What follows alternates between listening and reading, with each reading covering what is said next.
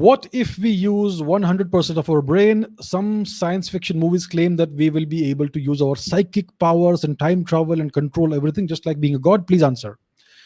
See, we have to understand that science fiction is mostly entertainment. It's about entertaining the masses, it's about entertaining the audience. Not all science fiction is hard science. There is a category of science fiction called hard science fiction, and then there is all the other science fiction. And in bookstores, science fiction and fantasy is always together. So fantasy is not even science, but but many people believe that fantasy and science fiction are the same thing. So the thing is this, that we most likely do use 100% of our brain. Our brain has it's a large thing. It's a large organ. It's the most energy intensive, energy hungry organ in the body, as far as I know. Yeah.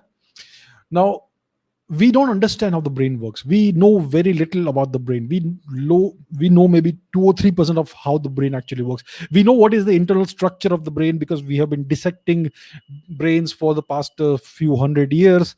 We know how it is inside. We know what is the neural structure to some extent, right? Ganglions and dendrites and clusters of neurons, and it's most likely the connections between these neurons that produce memories. Then the question arises of consciousness. What is consciousness, and so on. We know that there is an internal brain, the reptilian brain, then there is an exterior brain, and so on and so forth. And all of these various regions and parts of the brain have their own functionality. They have their own use, they have their own function, and they do fulfill the function. See, nature is parsimonious. Evolution ensures that there is nothing extraneous in an organ which is not needed, because anything that's extraneous is a burden to an organism, and it will ensure that it gets weeded out in the survival of the fittest. So everything is well designed. It has evolved over millions of years, and every part of our brain is actually functional. It has some use, it has some function, it has a purpose that it does serve. We don't understand what these purposes are. We don't understand what the various parts of the brain do. It doesn't mean that we don't use 100% of the brain. So that is something we have to understand. Science fiction is mostly entertainment.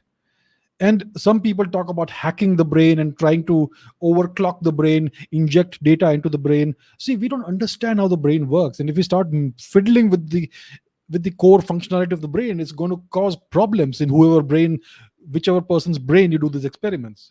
It can even cause someone to go insane. Who knows what's going to happen, right? We don't know why we sleep. What is the use of sleep? I mean, almost every organism on the planet has some form of sleep, especially multicellular organisms and organisms that have significant brains. So sleep does seem to have some function, but we don't know what it is. Now, one of the ways people talk about of hacking the brain or using more of the brain is by trying to eliminate the need for sleep. Well, it has been observed that when an organism is deprived of sleep over a period of 7, 8, 10 days, it inevitably leads to death, right? The animal or whoever it is dies if this is done. And therefore, you are trying to do something that is highly unnatural. So my point is that we don't really understand how the brain works.